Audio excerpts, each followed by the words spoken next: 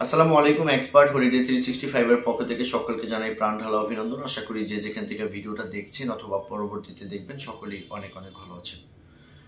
আজকে আলোচনার মূল বিষয়টা হচ্ছে যে বর্তমান সময়টাতে কোথায় অ্যাপ্লাই করা আপনার জন্য খুবই যুক্তিযুক্ত হবে, সেটা কি কানাডাতে নাকি বর্তমান সময়টাতে সেনজিনের অন্যতম দেশ ইতালিতে। তবে আলোচনার পূর্বে আন্তরিক রিকোয়েস্ট, চ্যানেলটি অবশ্যই সাবস্ক্রাইব করবেন নেক্সট ভিডিওগুলো দেখার জন্য। এছাড়া আপনাদের যদি কোনো মূল্যবান মতামত থাকে চাইলে কমেন্টস বক্সে টাইপ করতে পারবেন। সময় সুযোগ বুঝে আপনাদেরকে ভালো একটা অ্যান্সার দেওয়ার চেষ্টা করবো ইনশাআল্লাহ। বাংলাদেশ থেকে বর্তমান সময়টাতে অনেকেই আমার কাছে কল করেন, সেটা হচ্ছে যে ভাই আমার তো কয়েকটা কান্ট্রি ভিজিট করা আছে অথবা ডকুমেন্ট আছে, সেক্ষেত্রে আমি কি কানাডাতে অ্যাপ্লাই করব নাকি ইতালিতে অ্যাপ্লাই করবো। বিকজ আমরা জানি যে এই দুটো দেশ কিন্তু বহুল পরিচিত একটি দেশ। বিকজ সেনজিনে অন্যান্য কিন্তু দেশ আছে, আপনার লাটভিয়া, এস্তোনিয়া, লিথুয়ানিয়া, লুক্সেমবার্গ, হ্যাঁ এরকম অনেক দেশ আছে, স্লোভেনিয়া, স্লোভাকিয়া। কিন্তু এর মাঝে কিন্তু জনবহুল দেশ বাংলাদেশিদের জন্য কিন্তু ইতালি। কারণটা হচ্ছে যে সেনজিনের অন্য সমস্ত এরিয়ার চাইতে কিন্তু বাংলাদেশের শ্রমবাজার ইতালিতে কিন্তু সবচেয়ে বেশি বিদ্যমান।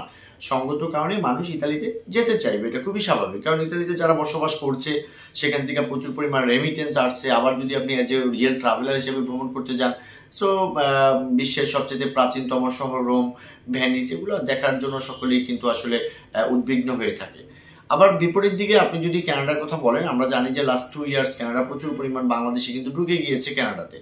কানাডাতে ঢুকবে অনেকে দুটো কারণ। অনেকে আছে কানাডা এসাইলাম করলে হচ্ছে কানাডাতে খুব দ্রুত আপনার সেই পলিটিক্যাল আশ্রয়টা পাওয়া যাচ্ছে। পাশাপাশি শিক্ষাগত বাচ্চাদের লেখাপড়া করেন বলে বা সেখানকার প্রকৃতি সুন্দর অথবা কৃত্রিম টেকনোলজি সবকিছু কিন্তু আপনাকে আকৃষ্ট করবে। এরপর আরেকটা বিষয় হচ্ছে যে অনেকে আছে আমেরিকার ভিসা পাচ্ছেন না, সেক্ষেত্রে কিন্তু কানাডা হয়ে কিন্তু আমেরিকাতে অনেকে স্টে করছেন বা চলে গেছেন। আমি যাদেরকে অলরেডি কানাডাতে পাঠাইছি বা যাদেরকে আমি আসলে পুরো মেকানিজমটা কমপ্লিট করে দিয়েছিলাম। তো যাই হোক, আজকের যে বিষয়টা সেটা হচ্ছে যে কোনটা এখন বেস্ট হবে। দুটোর কিন্তু দুটো দিক। তো এখন ব্যাপারটা হচ্ছে যে ওইটা হচ্ছে আমেরিকা মহাদেশ, এটা হচ্ছে ইউরোপ মহাদেশ। এখন ব্যাপারটা হচ্ছে যে আপনার ডিমান্ডের উপরে নির্ভর করবে এবং আপনার ডকুমেন্টেশনের উপর। আপনারা জানেন যে বাংলাদেশে বর্তমান সময়টাতে কানাডাতে আপনি অ্যাপ্লাই করতে গেলে কিন্তু ইনভাইটেশন পাওয়া যাচ্ছে। আপনার ডকুমেন্ট যদি একটু 19-20 থাকে তবুও কিন্তু অনেকে ভিসা পেয়ে যাচ্ছেন। বিপরীত পাশে ইতালি কিন্তু খুব টাফ। ইতালিতে আমরা অনেক অ্যাপ্লাই করেছিলাম, আর সেই ইতালিতে কিন্তু আসলে বিকল্প এতে অনেকের হয়তো নিয়েছি যে সুইডেনে ভিসা করে, তারপর লাটভিয়ান ভিসা করে, তারপরে কিন্তু তারা ইতালিতে ইন করেছে। বিকজ সেনজিনের একটি মাত্র ভিসা দিয়ে কিন্তু সবগুলো স্টেট বা সবগুলো কান্ট্রি কিন্তু ভিজিট করা যায়। কানাডার ক্ষেত্রে আমি আপনাকে একটু অ্যাডভাইস করবো যে আপনার বর্তমান সময়টাতে যদি আপনার ভালো রেশিও চান, অর্থাৎ আপনার কাছে ডকুমেন্টেশন যাই আছে, আপনি রেশিওর দিকে যদি এগিয়ে থাকতে চান, অবশ্যই কানাডা এখন এই সময়টাতে বেস্ট।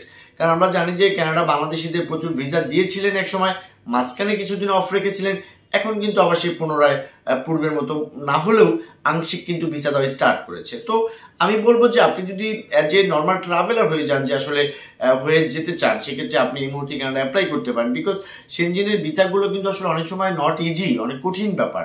একদমই যে ভিসা পাবে না আমি কিন্তু তা বলছি না। তো সর্বোপরি সবকিছু মিলে ঝিলে এই সময়টাতে আপনি যদি ইতালিতে একান্ত যাওয়া প্রয়োজন হয়, সেক্ষেত্রে অবশ্যই আপনার কাছে স্ট্রং ডকুমেন্ট যদি থাকে, সেক্ষেত্রে আপনি ইতালিতে আপনি প্রবেশ করতে পারেন। অথবা আপনার ইতালিতে যেতেই হবে, সেক্ষেত্রে কিন্তু অবশ্যই আপনাকে ভিসা দেখ না দেখ আপনাকে ট্রাই করতে হবে।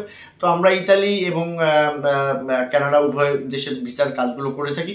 তো পার্সোনালি ভাবে আমাকে জিজ্ঞেস করলে অ্যাজ এ ট্রাভেলার হিসেবে অবশ্যই কানাডাকে আমি এগিয়ে রাখবো এই সময়টাতে।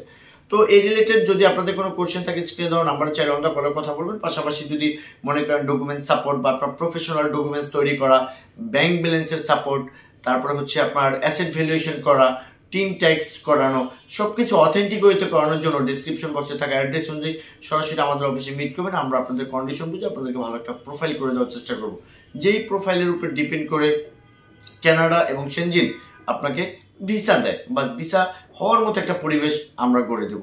সকলে ভালো থাকবেন। আল্লাহ হাফেজ।